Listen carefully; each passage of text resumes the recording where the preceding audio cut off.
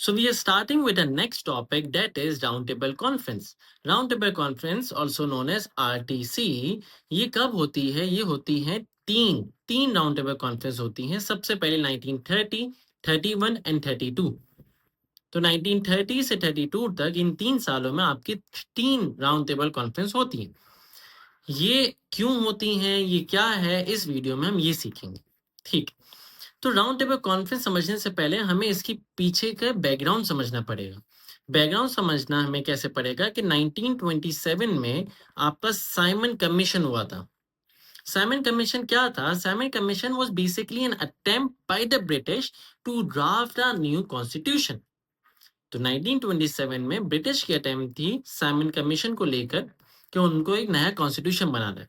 क्योंकि आपका सबसे पहला कॉन्स्टिट्यूशन आया था 1909 मॉर्ले मिंटो, फिर 1919 मॉन्टेग चैमफर्ड। तीसरा रिफॉर्म आपका जो आपका ड्यू था वो था 1929 में। सही है, 1929 में नया कॉन्स्टिट्यूशन आने वाला है, इसलिए ब्रिटिश ने 27 से तैयारी शुरू कर दी थी। तो 27 में साइमन कमीशन आया, 28 में नेहरू रिपोर्ट आई, 29 में जिना के 14 पॉइंट्स आए। सो बेसिकली 1927 ब्रिटिश ने जब कोशिश करी तो नेहरू मतलब हिंदूज और मुस्लिम्स हैं दोनों ने उसको रिजेक्ट करा। 28 में जब नेहरू ने कोशिश करी तो ब्रिटिश और मुस्लिम्स ने रिजेक्ट करा। जब मुसलमानों ने कोशिश करी, जब 14 पॉइंट्स निकाले जिना ने, तो हिंदूज और ब्रिटिश दोनों ने रिजेक्ट करा। तो ये 3 मेजर पार्टीज ने कॉन्स्टिट्यूशन बनाने की कोशिश करी, पर तीनों फेल हो गई। ठीक है, तो 1930 में आपकी इलेक्शन होता है और 1930 में आपकी लेबर पार्टी, ब्रिटिश में, बर्तानिया में लेबर पार्टी इलेक्शन जीतती है। लेबर पार्टी का आपका प्राइम मिनिस्टर है वो है रैमसे मैकडोनल्ड। ठीक, रैमसे मैकडोनल्ड। और रैमसे मैकडोनल्ड बेसिकली इस आरटीसी का चेयरमैन भी हो, चेयरपर्सन भी हो, सबसे लीडर भी। ठीक, तो लेबर पार्टी के बारे में हमने पहले भी सीखा हुआ है। Labour party was slightly lean towards Indians. वो इंडियंस को थोड़ा बहुत फेवर देना चाहती थी। वो इंडियंस के साथ थोड़ी सी एक नरम दिल था उनका। देखिए, इंडियंस को इतना भी बुरा नहीं समझते थे as compared to conservative party जो 1927 में साइमन कमीशन के टाइम पर थी। वो कंजर्वेटिव थी कि हम सारे ब्रिटिश मैन को ही बुलाएंगे और वो मिलकर एक नया कॉन्स्टिट्यूशन बनाएंगे। They will be no Indians involve in the constitution matter. पर 1930 में कैसा, लेबर पार्टी आई और उन्होंने राउंड टेबल कॉन्फ्रेंस बुलाई। Round table conference was basically, अगर हम लिटरल में भी समझे तो एक राउंड टेबल जहां पर सारे इंडियंस और ब्रिटिश बैठे होंगे और सब मिलकर सब एक दूसरे की बात सुनेंगे और नया कॉन्स्टिट्यूशन ड्राफ्ट करेंगे। हाँ, वो अलग बात है कि यहाँ पर ब्रिटिश बैठा हुआ है और ब्रिटिश ही है चेयरमैन, तो ब्रिटिश जो बोलेगा वही होगा, पर ब्रिटिश सुनेगा लाजमी। ब्रिटिश इन सबको टेबल पर बिठाया और बात सुन रहा है। It's it's basically an achievement for Indians कि इंडियंस को इतना भी राइट मिला कि वो ब्रिटिश के बराबर में बैठकर अपना कॉन्स्टिट्यूशन सुनेंगे और बनाएंगे। सही है, फिर आपकी पहली आरटीसी होती है। तो याद रखना, ये लेबर पार्टी इस वक्त पावर में थी। सबसे पहली आपकी आरटीसी होती है 12 नवंबर 1930 में। सही, फिर इसके अंदर Emil, all India Muslim league, तो पार्टिसिपेट करती है, पर कांग्रेस इससे दूर होती है। Congress was not part of first RTC. It was attended by All India Muslim League and other political parties, but Congress boycotted this first RTC because of 2 reasons.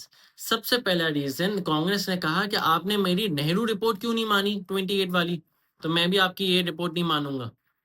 सबसे पहली बात, क्योंकि आपने मेरी, ब्रिटिश ने बेसिकली, ब्रिटिश ने British ने नेहरू की नेहरू रिपोर्ट नहीं मानी, इसलिए हिंदूज ने इस आरटीसी को रिजेक्ट कर दिया कि हम इस आरटीसी का पार्ट नहीं बनेंगे, क्योंकि हमारे लिए तो Nehru report is the full and final option.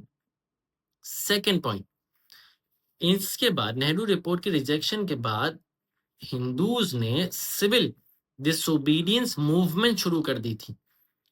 क्योंकि जब इन्होंने सिविल डिसोबीडियंस मूवमेंट शुरू कर दी है तो कांग्रेस ने इस आरटीसी को रिजेक्ट करा। समझ में आ रही है? पहली आरटीसी में एमएल थे और दूसरी पॉलिटिकल पार्टीज थी, ऑल इंडिया मुस्लिम लीग थी और दूसरी पॉलिटिकल पार्टीज थी। Congress was not part of first RTC. सही है। आगे बढ़ते हैं। इस आरटीसी में डिस्कस क्या हुआ? This RTC, the first RTC was somewhat successful than other two RTC. ये बात याद रखना। आगे 14 मार्क्स का क्वेश्चन आता भी है कि कौन सी आरटीसी सबसे ज्यादा सक्सेसफुल थी, तो आप अग्री करोगे फर्स्ट आरटीसी के साथ। सही। क्यों? क्योंकि पहली आरटीसी में कुछ कुछ बातें डिस्कस हुई।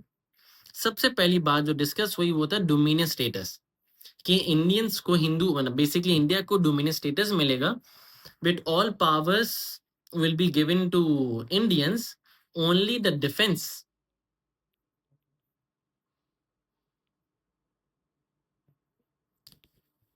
एंड डिफेंस और जो करेंसी के मैटर हैं, जो फाइनेंशियल मैटर है, फाइनेंस लिख देते हैं हम, जो डिफेंस और जो फाइनेंस है वो होगा ब्रिटिश के पास, बाकी सारी चीजें होंगी इंडियंस के पास। And there will be provincial autonomy. ठीक है। The idea of making Federation India was floated by Sir Tej Bahadur Sapru and he invited all princely states to join the proposed federation. तो sir तेज बहादुर सप्रू ने निकाला कि हम एक एक India को अलग अलग प्रोविंसेस में डिस्ट्रीब्यूट करके हम उसको अलग अलग स्टेट्स में डिस्ट्रीब्यूट कर देंगे और बना देंगे ऑल इंडिया फेडरेशन।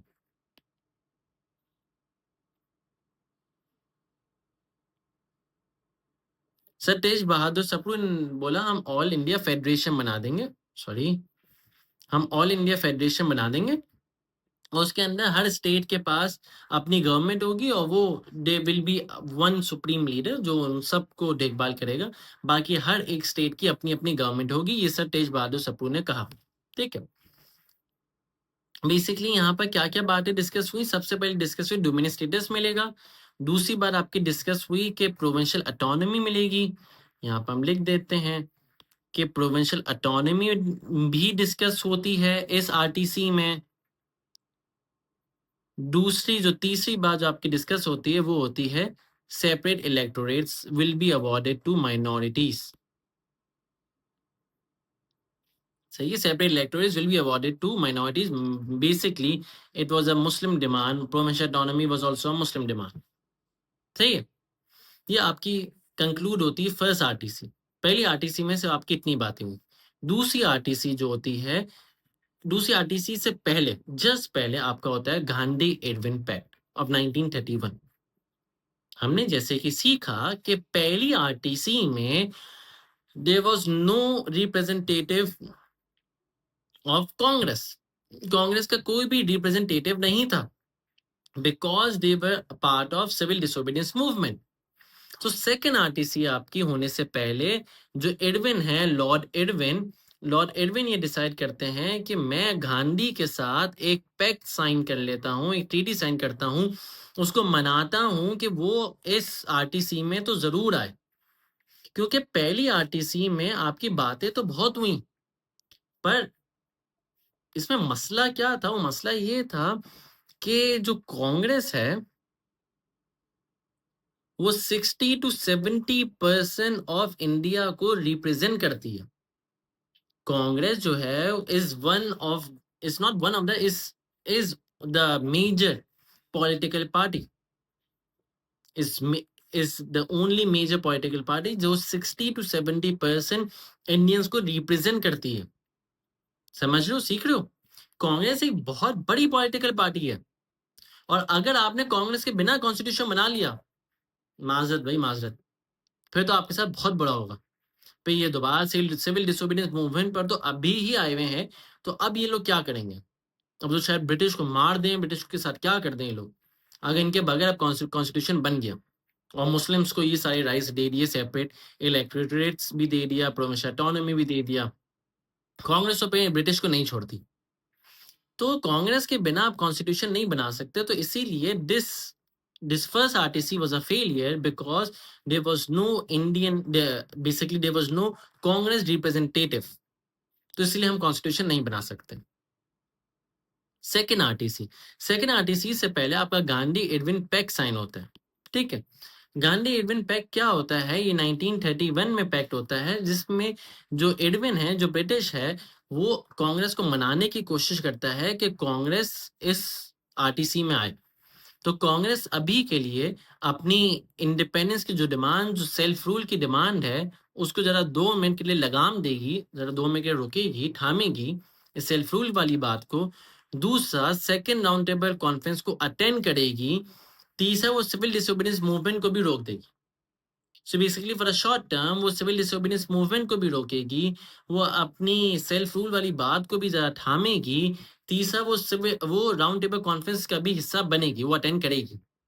ब्रिटिश ने क्या कहा, ब्रिटिश ने कहा मैं आपके सारे कांग्रेस के जो मेरे प्रिजनर्स हैं, मेरी जेलों में कांग्रेस के मेंबर्स हैं, मैं उनको रिहा कर दूंगी, और कांग्रेस के ऊपर जो मैंने पॉलिटिकल एक्टिविटीज का बैन लगाया है वो भी मैं खत्म कर दूंगी। ये दोनों ने आपस में दो दो बातें एक दूसरे की मान ली, ठीक है। तो कांग्रेस फिर आएगी, और कांग्रेस का सिर्फ एक ही रिप्रेजेंटेटिव आया था, वो था Gandhi. Gandhi was the only person to represent Congress in second RTC, ठीक है। और गांधी जब सेकेंड आरटीसी में आता है तो गांधी का बहुत रिजिड एटीट्यूड होता है। गांधी कहता है कि he is the sole representative of Indians, basically of basically Muslims too. मतलब क्या, जिना कह रहा है कि मैं क्या मिठाई बांटने आया हूं, मैं एमएल का लीडर हूं, मैं मुस्लिम्स को रिप्रेजेंट करता हूं, आप हिंदूज को रिप्रेजेंट करते हो। माजर आपने बात गलत करी। गांधी कह रहा नहीं, तुम्हें तो कुछ पता ही नहीं, तुम रहने दो, मैं हूं इंडियंस के रिप्रेजेंटेटिव, क्योंकि मेरी कांग्रेस में मुसलमान भी हैं, मुझे तो मुस्लिम्स ही मांगते हैं। तो इसीलिए ब्रिटिश, तुम मुझसे बात करो, जिना तुम जाओ, तुम बैठ जाओ चुपचाप, जिना के साथ बात नहीं करेगा कोई। ब्रिटिश, अब तुम मुझसे बात करो, जो बातें करनी है वो मैं हाजिर हूँ। जिना जिना बिल्कुल साइड लाइन कर दिया जिना को गांधी ने। जिना ने कहा तो बदतमीजी कर रहे हो आप मेरे साथ, मुझे आपके साथ बात ही नहीं करनी, मुझे राउंड टेबल कॉन्फ्रेंस का हिस्सा नहीं बनना। जिना खड़ा हुआ and he left the second round table conference. तो एमएल ने सेकंड राउंड टेबल कॉन्फ्रेंस को भी बायकॉट कर दिया। जब बायकॉट करा तो भाई ब्रिटिश ने यही सोचा, अब मुसलमानों के बगैर मैंने अगर ये कॉन्स्टिट्यूशन बना लिया तो फिर मुस्लिम लीग पर परेशान करेगी, मुस्लिम लीग सड़कों पर आएगी, मुस्लिम लीग प्रोटेस्ट करेगी। After it, the second roundtable started with the maximum hope of success, but no one knew that the true designs of Congress. Gandhi was alone to represent Congress in the conference. The problem started when Gandhi started to treat other political parties with disregard. He said that all representatives present here are hangers on and do not represent true India. देखें ये कितनी गांधी बहुत बुरी बात कर रही है। He further said that British should only talk to Congress in regards to the future of India. Due to this arrogant attitude of Gandhi, the rigid attitude of Gandhi, conference was bound to fail. The second roundtable conference was also unable to achieve its objective. The Prime Minister Ramsay MacDonald had made it clear that if Indians were unable to cope up with a solution, then British government had the right to come up with their own solutions. कि अगर Indians नहीं बना सकते कोई कानून वगैरह तो British ने कहा भाई मैं ही कर लूंगा। देखो मैं तो तुम्हें तुम्हारी मदद करी, मैंने तुम्हें इनवाइट करा, तुमसे बातचीत करने की कोशिश करी, पर तुम लोग तो ये दो बच्चों की तरह, दो छोटे बच्चों की तरह लड़ रहे हो। मैं तुम्हारा बाप थोड़ी हूँ कि तुम्हारे ये सॉल्यूशन कराता रहूंगा। अब मैं अपना डिसीजन खुद ले लूंगा, जो कॉन्स्टिट्यूशन बनाना है वो मैं खुद बनाऊंगा। तो ब्रिटिश का कहना ये था कि भाई अब आप लोग आपसे नहीं हो पा, माफी, अब मैं खुद करूंगा अपना काम। तो सेकेंड राउंड टेबल कॉन्फ्रेंस के बाद ब्रिटिश ने एक चीज निकाली थी जिसका नाम था communal award, also known as minority award. तो ब्रिटिश ने 1932 में कम्युनल अवार्ड या माइनॉरिटी अवार्ड निकाला, सही है। In 1932, when nothing was achieved through the first and second roundtable conference, then British decided to pressurize Indians to come up with a solution. और फिर communal award Ramsay McDonald ने निकाला, जिसका नाम माइनॉरिटी अवार्ड भी था। ये सेकेंड राउंड टेबल कॉन्फ्रेंस के बाद निकला, थर्ड राउंड टेबल कॉन्फ्रेंस से पहले निकला कम्युनल अवार्ड। ये 4 मार्क्स का क्वेश्चन आपके पेपर में आ सकता है, याद रखना। So what was communal award? Communal award basically ये कहता था कि हम माइनॉरिटीज को सेपरेट इलेक्टोरेट्स अवार्ड करना चाहते हैं। हम बंगाल, ये मुस्लिम्स के लिए बात थी, ये मुस्लिम्स के अगेंस्ट बात थी। बेसिकली पंजाब और बंगाल में मुस्लिम्स की पॉपुलेशन ज्यादा थी, तो मुस्लिम्स की पॉपुलेशन को ये लोग कम दिखाते थे। ये लोग कम इसलिए दिखा रहे हैं क्योंकि मुस्लिम्स को ज्यादा सीट्स ना मिले। ये लोग ये चीज गलत करते थे कि बंगाल और पंजाब में मुस्लिम्स की पॉपुलेशन ज्यादा थी, तो इसीलिए वो लोग पॉपुलेशन को कम कोट करते थे कि मुस्लिम्स की सीट्स कम हो। In Punjab as well as the Muslim population was reduce on paper. मतलब ये जो सेकंड और थर्ड पॉइंट है वो मुस्लिम्स के अगेंस्ट है, और पहला पॉइंट मुस्लिम के फेवर में था, तो मुस्लिम्स ने तो इसको रिजेक्ट कर दिया। मुस्लिम ने कहा ये तो गलत बात है, हमारी पॉपुलेशन को आप कम नहीं कर सकते। So basically this was communal award. Communal award was basically a lesser constitution, basically a smaller reform के ये हमारी बातें डिस्कस हुई हैं, और अगले कॉन्स्टिट्यूशन में अगला कॉन्स्टिट्यूशन आपका जो आपका आएगा वो 1935 में आएगा, गवर्नमेंट ऑफ इंडिया। उसके अंदर हम इन सारी बातों का ख्याल रखेंगे और इन सारी बातों को हम कंसिडर करेंगे। तो बेसिकली ये छोटा रिफॉर्म था 1935 में। 1935 में कॉन्स्टिट्यूशन से पहले 1932 में कम्युनल अवार्ड निकाला रेमसे मैकडॉनल्ड ने। क्लियर है? ये था आपका communal award. Second RTC was basically a failure, क्योंकि गांधी का रिजिड एटीट्यूड था, इसी वजह से आपकी कोई भी बातें डिस्कस नहीं हुई। तो जब कोई बातें डिस्कस नहीं हुई और ब्रिटिश ने कांग्रेस की गांधी की बात नहीं मानी, गांधी दोबारा नाराज हो गया, दोबारा उसका मुंह बन गया और वो साइड में जाके बैठ गया। गांधी ने अब दोबारा से सिविल डिसोबीडियंस मूवमेंट शुरू कर दी।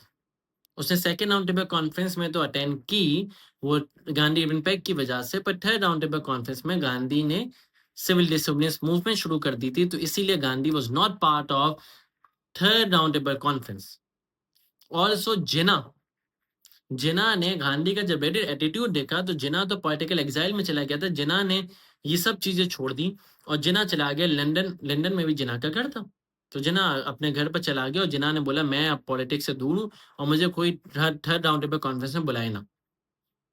तो थर्ड राउंड टेबल कॉन्फ्रेंस में कोई भी नहीं गया, ना गांधी गया, ना जिन्ना गया। Basically it was a formality. ML ने भी बायकॉट करा, कांग्रेस ने भी बायकॉट करा। एक फॉर्मेलिटी थी, क्या बोला गया है तो अब चले जाएंगे, और क्या अब रखनी पड़ेगी। चाय बिस्किट खाया और वापसी आ गई। चाय बिस्किट के अलावा इस राउंड टेबल कॉन्फ्रेंस में कुछ भी नहीं हुआ।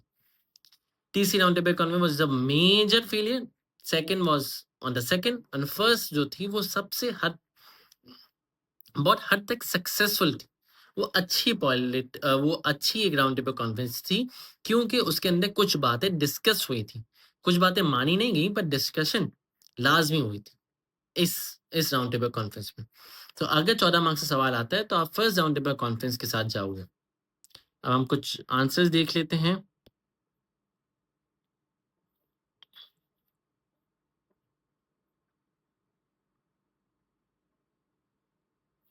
ये आंसर देखें कि राउंड टेबल कॉन्फ्रेंस क्यों हुई।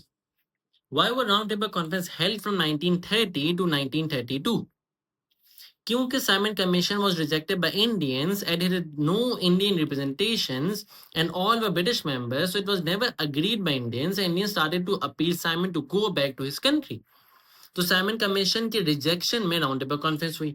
नेहरू रिपोर्ट बनी, तो नेहरू रिपोर्ट हिंदूज के लिए फेवर में थी पर मुस्लिम्स के अगेंस्ट थी, तो मुस्लिम ने इसको रिजेक्ट करा।